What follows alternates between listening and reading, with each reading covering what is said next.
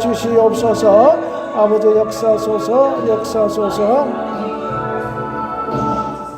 하나님 아버지 감사합니다. 예배를 성령으로 충만하게 하시고 하나님이 기뻐 받으시는 예배되게 역사해 주시옵소서. 예수님의 이름으로 기도하옵나이다. 아멘. 주보에 있는 우리의 사명선언 시작. 예수 그리스도를 구주로 믿는 우리는 하나이고 거룩하며 보편적 사도적 교회를 세워 세상에 그리스도의 사랑을 전하고 땅끝까지 복음의 증인으로서 하나님의 나라를 실현하는 데 사명을 다한다. 아멘. 할렐루야. 하나님의 말씀은 고린도전서 11장 18절로 25절, 고린도전서 1장 18절로 25절까지입니다. 저 뒤에 한풍기 좀 꺼주세요.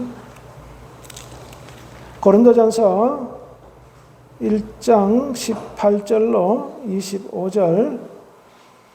십자가의 도가 멸망하는 자들에게는 미련한 것이요 구원을 받는 우리에게는 하나님의 능력이라 기록된 바, 내가 지혜 있는 자들의 지혜를 멸하고 총명한 자들의 총명을 패하리라 하였으니, 지혜 있는 자가 어디 있느냐, 선비가 어디 있느냐, 이 세대의 변론가가 어디 있느냐, 하나님께서 이 세상의 지혜를 미련하게 하신 것이 아니냐. 같이 하나님의 지혜에 있어서는 이 세상이 자기 지혜로 하나님을 알지 못하므로 하나님께서 미련한 것으로 믿는 자들을 구원하시기를 기뻐하셨도다.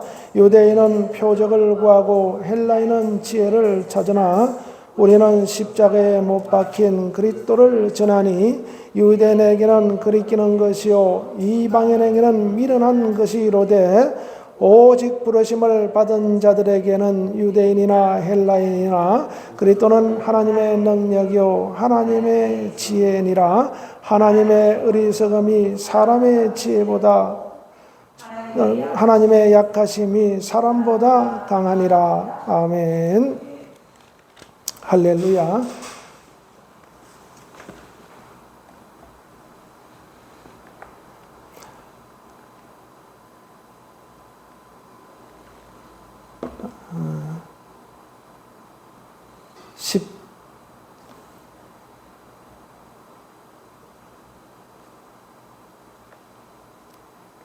뭐야 이게?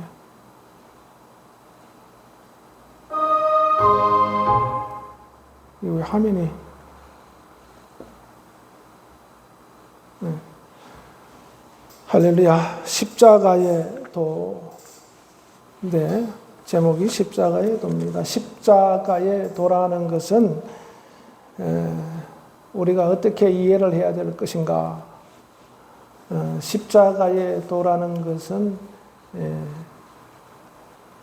십자가의 메시지, 십자가의 말씀, 우리가 이렇게 이해를 해야 됩니다. 즉, 십자가를 통해서 예수님께서 우리에게 하시고자 하는 일을 드러낸 그 목적을 우리가 잘 알아야 된다. 그래서 여기서 십자가의 도다 이렇게 표현하고 있습니다. 즉, 십자가의 메시지 또는 십자가의 말씀.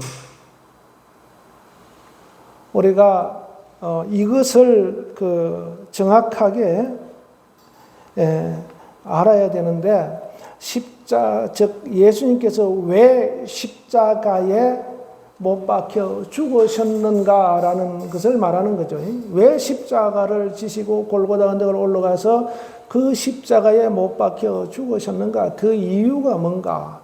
그것을 통해서 이루시고자 하는 하나님의 뜻이 무엇인가? 이것을 우리가 알아야 됩니다. 우리가 여러분들 잘 알고 있는 것처럼 바로 십자가에, 예수님께서 십자가에 죽으심은 바로 우리 죄를 담당하시기 위함이다라는 겁니다. 그래서 베드로전서 2장 24절에 친히 나무에 달려 그 몸으로 우리의 죄를 담당하셨으니 이는 우리로 죄에 대하여 죽고 의에 대하여 살게 하려 하심이라 이렇게 말씀하고 있습니다. 친히 나무에 달려, 나무라는 것은 십자가죠. 친히 나무에 달려 십자가에 달려 죽으심은 우리 죄를 대하여 죽고 죄에 대하여 죽고 우리 지금은 우리 죄 때문에 죽고 우리 죄를 담당하시기 위해서 죽고 그다음에 죽은 다음에 어떻게 합니까? 의에 대하여 살게 하려 합니다라는 것은 의로 말미암아 살게 하렵니다. 그러니까 결국은 우리를 죄 사함을 받게 하고 우리에게 생명을 주시기 위해서 십자가에 죽으셨다라는 겁니다. 할렐루야. 이것은 사람들이 볼 때는 이해할 수 없는 상황입니다. 그래서 여기 본문에서도 바로 멸망하는 자들에게는 미련한 것이다 이렇게 말하고 있습니다. 멸망하는 자들에게는 미련하게 보인다. 아니 어떻게 사람이 십자가에 죽었는데 우리 죄가 사해지는가? 이해를 할 수가 없죠. 그죠? 그러나 구원을 받는 자들에게는 하나님의 능력이다. 바로 우리가 죄 사함을 받고 구원을 받는 것은 영생을 얻고 생명을 얻고 영생을 얻는 것은 바로 예수님께서 십자가에 못 박혀 죽으심으로 말미암아 이루신 하나님의 능력이다 이 말입니다. 그러나 하나님의 능력을 전혀 경험하지 못하는 사람들에게는 미련하게 보인다라는 겁니다. 할렐루야. 그래서 얼마나 우리가 예수를 믿고 우리가 신앙생활을 하고 구원을 받게 된 것이 얼마나 하나님의 큰 능력을 입었는가. 이걸 우리가 생각할 때 참 은혜가 큽니다. 왜? 하나님께서 친히 아들을 보내주셔서 이 땅에 종의 모양으로 오시게 하셨죠. 종의 형체를 가져 이 땅에 보내셨는데 그는 죽기까지 복종하여 자기 목숨을 내어놓고 십자가에 내어놓고 우리를 구원하신 것입니다. 그러니까 피조물을 위해서 조물주가 그 일을 하신 거죠.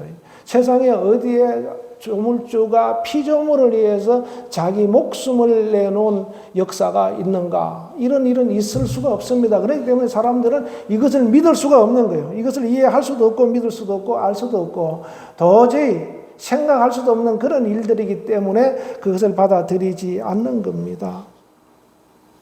그래서 이 십자가의 사건을 통해서 19절에 보면 기록된 바 내가 지혜에 있는 자들의 지혜를 멸하고 총명한 자들의 총명을 패하리라 이렇게 말씀하고 있습니다. 모든 세상에는 어떤 지혜, 어떤 총명함, 총이 없다라는 것은 총명함이 없다라는 거죠. 그죠? 어떤 총명함, 어떤 지혜,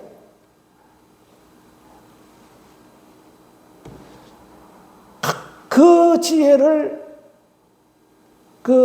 요즘 말하면은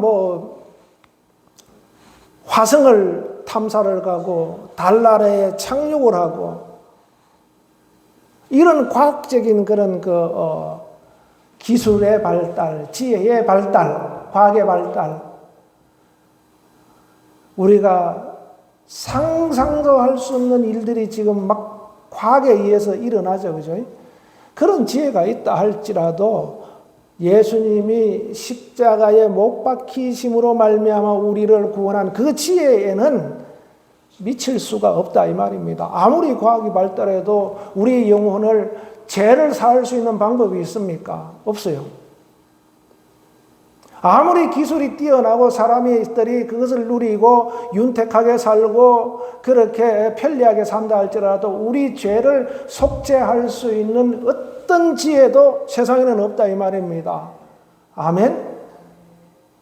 그러니까 그렇게 보면은 인간이 넘을 수 없는 벽이죠. 인간이 넘을 수 없는, 그건 넘사벽이라고 그러죠. 넘사벽. 인간이 넘을 수 없는 벽. 어떤 지혜를 동원해도 넘을 수 없는 벽. 죄사함 문제를 예수님께서는 단번에 해결하신 것입니다. 이보다 더 큰 지혜가 어디 있느냐 이 말이죠. 그래서 세상에 아무리 지혜롭다 할지라도 하나님의 가장 어리석은가 비교할 수가 없다 이 말입니다. 보세요. 하나님께서 이 땅에 오셔서 십자가에 못 박혀 죽으신 것이 사람을 볼 때는 참 어리석은 것 같아요. 그죠?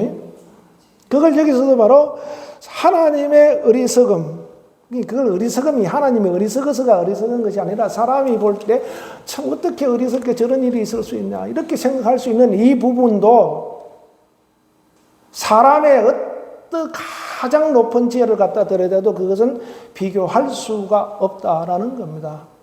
십자가의 이 도는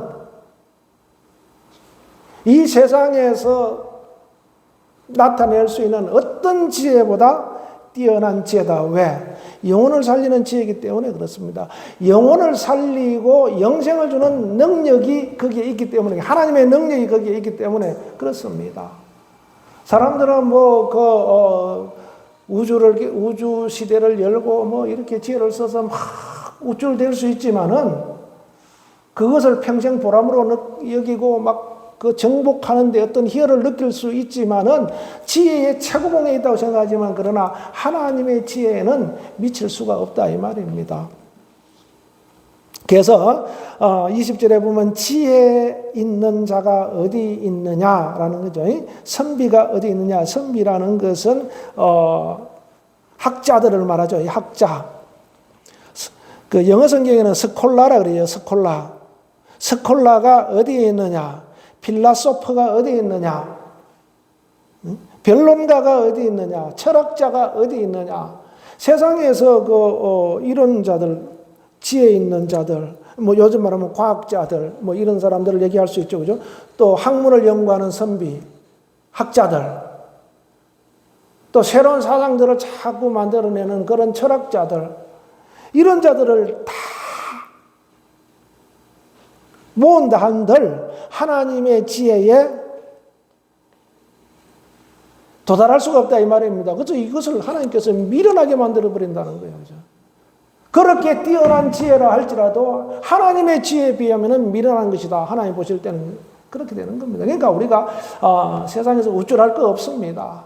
그래서 우리는 하나님을 알면 알수록, 십자가의 메시지를 알면 알수록 우리는 하나님 앞에 낮아질 수밖에 없죠. 고개가 숙여질 수밖에 없습니다. 이스라엘 백성들이 애굽에서 나와서 광야에서 40년 동안 고생하면서 훈련을 받았는데 하나님께서 왜 그렇게 하게 하셨는가? 이들을 내가 낮추기 위해서다라는 겁니다. 겸손하게 하기 위해서. 왜? 교만은 하나님을 대적하기에 가장 최적의 조건이 뭐냐 하면은 교만입니다. 하나님을 거역하고 하나님을 대적하는 최적의 조건이 뭐냐 하면 교만이에요. 두로 왕이 에스겔서 28장에 두로 왕을 비유하고 있어요. 두로 왕이 그 무역이 성함으로 그가 부자가 된 겁니다. 그러니까 마음에 교만함이 생겨요. 그래서 하나님과 한번 겨뤄보겠다라는 겁니다. 하나님 자리에 나도 한번 앉아보겠다라는 겁니다. 그 마음이 교만하여지는 거죠. 이 마음이 교만하여지는 거. 왜? 돈이 있으니까. 그 돈으로 무역을 해서 돈을 많이 벌었으니까 그거 갖고 뭐든지 해볼 수 있다라는 거죠. 그죠? 이게 사람들이 돈이 없을 때는 참 비루하게 살 수 있어요. 그죠? 그러나 물질이 많이 생기면 자기도 모르게 막 올라갑니다. 목이 꼿꼿해져요. 그래서 이스라엘 백성들을 뭐라 그러냐면 그 40년 동안 광야에서 그렇게 훈련을 받았는데도 불구하고 하나님 앞에 목이 딱 굳어 있는 거예요. 왜? 하나님 앞에 이게 수그려야 되는데 굽혀서 이렇게 하나님 앞에 겸손하고 보여야 되는데 하나님 앞에 고개를 빳빳이 들고 하나님을 대적하는 거죠. 그게 뭐냐면 교만함입니다. 교만함. 그래서 하나님을 거역하고 하나님을 대항하고 하나님을 반역하는데 가장 최적의 조건은 교만합니다. 따라합시다. 교만하지 말자. 교만하지 말자. 아멘. 그 반대는 뭡니까? 겸손해야 되는 겁니다. 겸손해야 된다.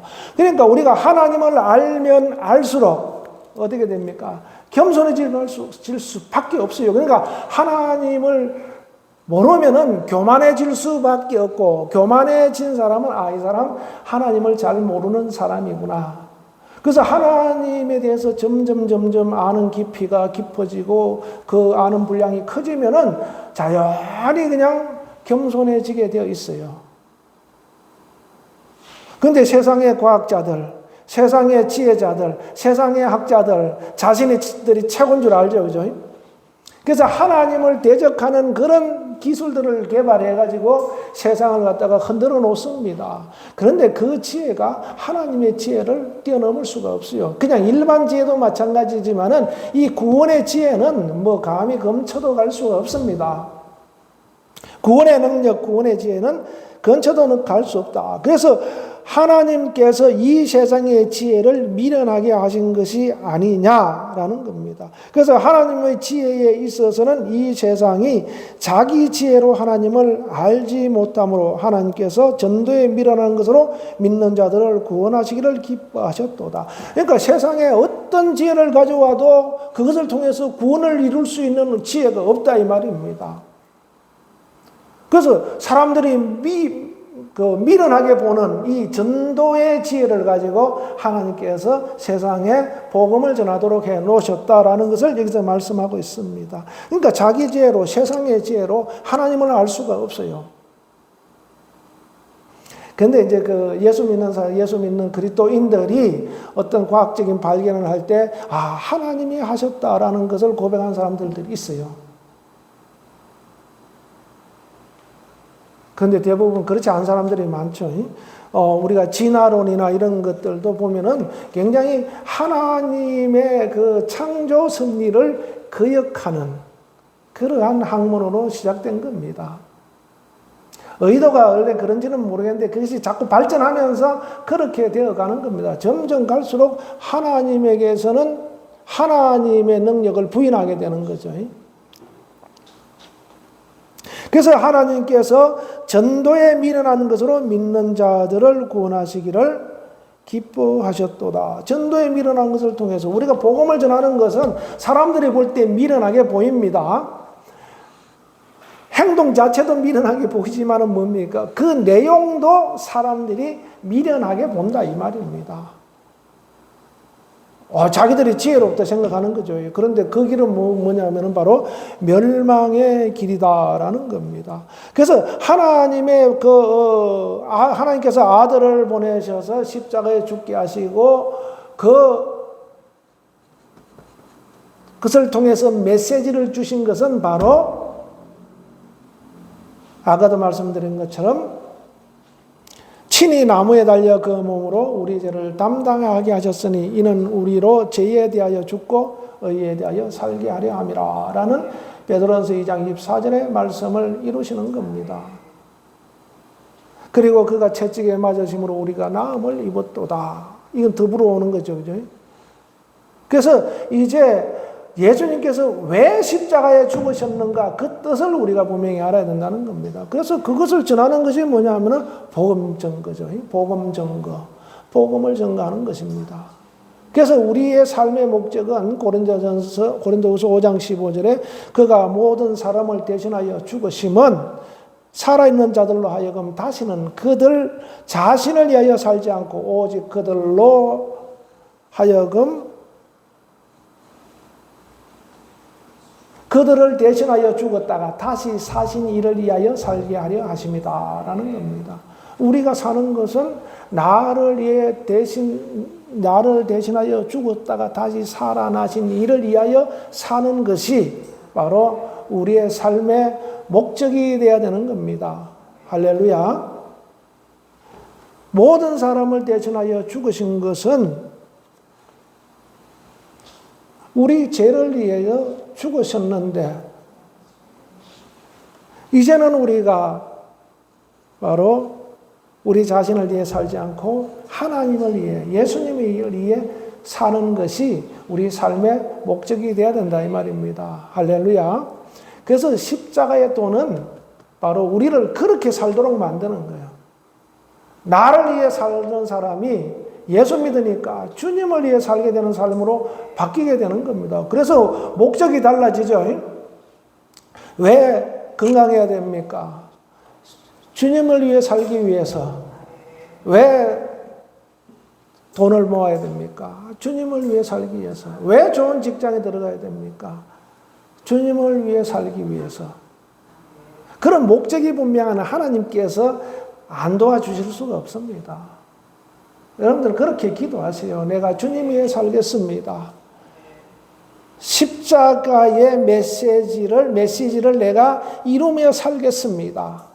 이 다짐을 하고 여러분들 기도하세요. 그래서 내가 돈도 벌어야 되고, 내가 건강해야 되고, 내가 사람들하고 관계도 좋아야 되고, 영권도 있어야 되고, 능력도 있어야 되고, 그렇게 돼야 됩니다. 가정도 필요하고, 가정도 세워져야 되고, 이런 것들이 다 잘 돼야 된다 이 말입니다. 영적으로 또 이겨내야 하고, 그런 것들이 필요합니다. 그래서 힘을 주세요. 능력을 주세요. 영권, 인권, 물권 주세요. 체력 주세요. 지력 주세요. 다 필요합니다. 그 목적이 분명해질 때. 그게 뭐냐면 지혜로운 자들이다 이 말입니다. 사람들은 미련하게 보이지만은, 미련하게 보이는 예수를 우리는 믿지만은, 그러나 세상에 어떤 지혜자보다 더 뛰어난 지혜를 가지고 있는 자들이 뭐냐면은 바로 오늘날 우리 그리스도인들이다 이 말입니다. 할렐루야. 그래서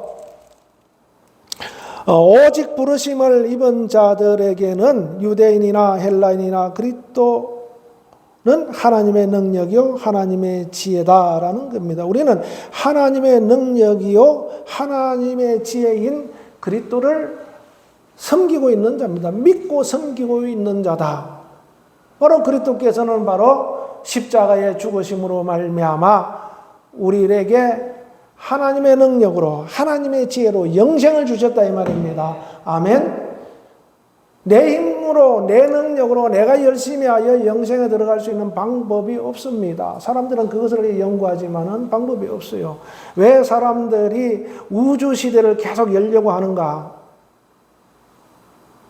지난번에 그 우주에 대한 그 어떤 다큐멘터리를 보니까 그런 것이 있어요. 행성이 지구에 충돌을 하면 지구가 멸망을 할 수도 있다라는 겁니다. 그래서 그러니까 뭐 수백만 년 전 또는 수억 년 전에 행성이 캐나다, 멕시코 주변에, 캐나다 주변에 어디 떨어졌다 그래요. 그래서 그때 거기 떨어져서 지구를 이렇게 그 분진이 지구를 덮어버리는 거죠. 그러니까 사람이 살 수 없게 되는 겁니다. 왜? 햇빛이 들어가지 않으니까.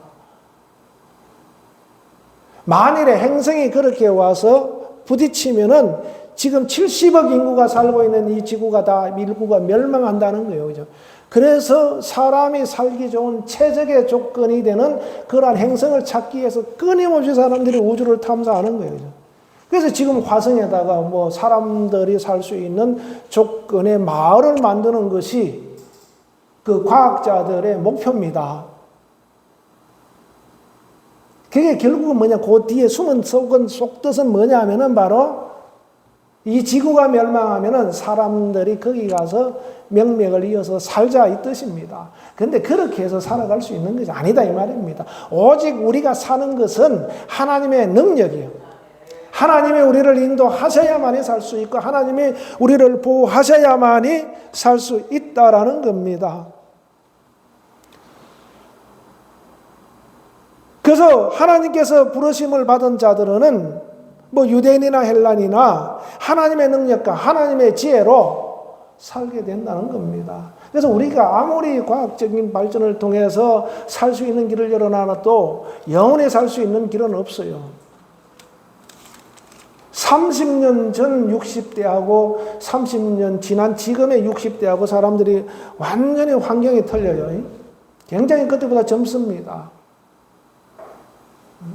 그렇다고 해서 과학이 영원히 살게 할 수 있느냐? 그렇게 할 수 없습니다. 그래서 하나님은 육체는 영원히 살 수 없다라는 것을 하나님께서 이미 그렇게 정해 놓으셨어요. 그러나 우리 영은 영원히 사는 겁니다. 그게 하나님의 능력으로, 하나님의 지혜로 가능하다. 십자가의 메시지는 그겁니다. 너희 영혼이, 너희 영이 영원히 산다. 속죄함을 받아서 영원히 산다. 그러나 속죄함을 받지 아니한 자들은 그렇게 살 수가 없다라는 겁니다. 그래서 우리가 다시 살아나신 이를 위하여 사는 것이 뭐냐 하면은 바로 주님의 말씀을 이루며 사는 것이 다시 살아나신 이를 위해서 사는 것이고, 그 주님의 말씀을 이루는 것은 바로 복음을 전가하고 영혼을 살리는 일을 하는 겁니다. 그래서 우리 목적이 그렇게 딱 서 있어야 돼요. 아멘? 할렐루야! 그렇게 서 있지 않으면 자꾸 다른 데로 눈을 돌립니다. 어떻게 하면 잘 먹고 살까? 어떻게 하면 잘 살까? 어떻게 하면 취미생활하면서 잘 살까? 즐겁게 살까? 우리가 아까 교동문 읽어본 것처럼 하나님 앞에 나온 자들은 기뻐하며 즐거워한다 그랬어요. 우리의 모습이 그렇습니다. 우리 영의 모습이 하나님의 말씀이 들어오면 하나님 앞에 예배하기 위해서 하나님을 찾아오는 그 모습은 바로 그와 같은 모습이다 이 말입니다. 하나님 앞에 기뻐하고 즐거워하고 뛰노는 그런 모습이 바로 우리 영혼의 모습입니다.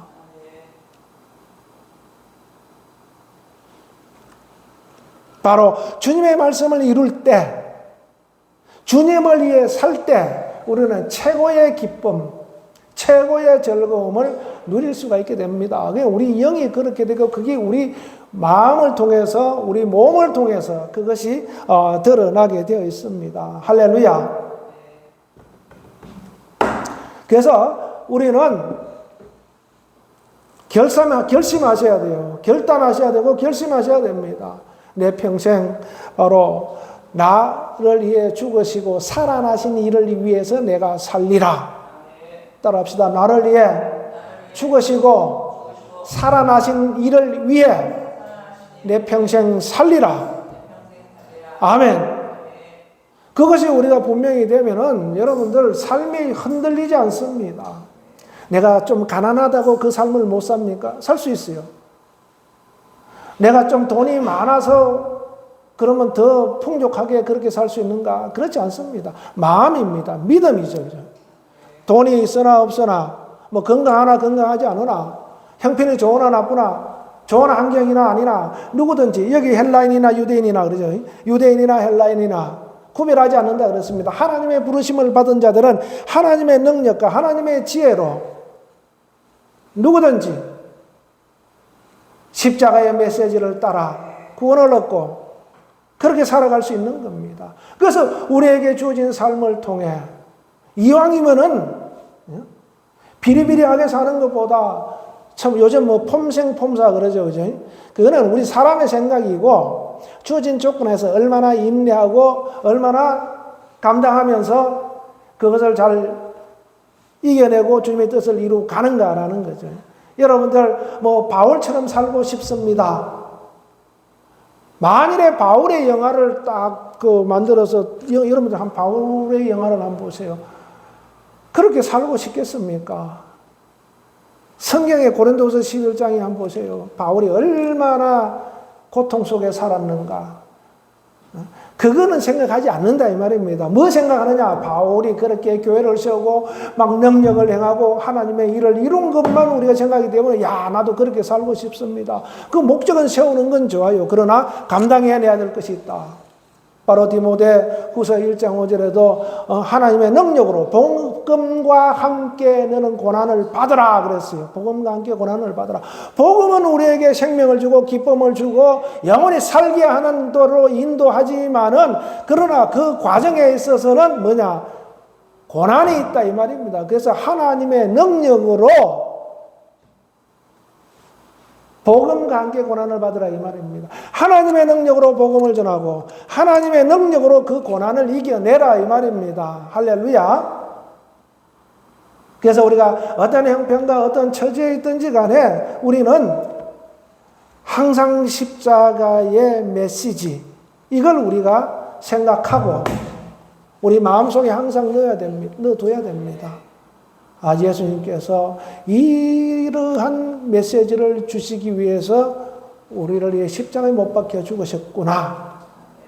하나님의 능력과 하나님의 지혜로 우리를 구원하시고 속죄하게 하시고 그를 위해서 살도록 하기 위해서 이 일을 이루셨다라는 것이 바로 십자가의 메시지다 이 말입니다. 할렐루야. 우리가 십자가를 이렇게 어떤 사람은 여기 뭐 이렇게 액세서리로 달고도 다니고 교회마다 십자가를 달고 하지만은 그러한 의미가 있기 때문에 하는 거예요. 그냥 폼으로 하는 게 아닙니다. 할렐루야.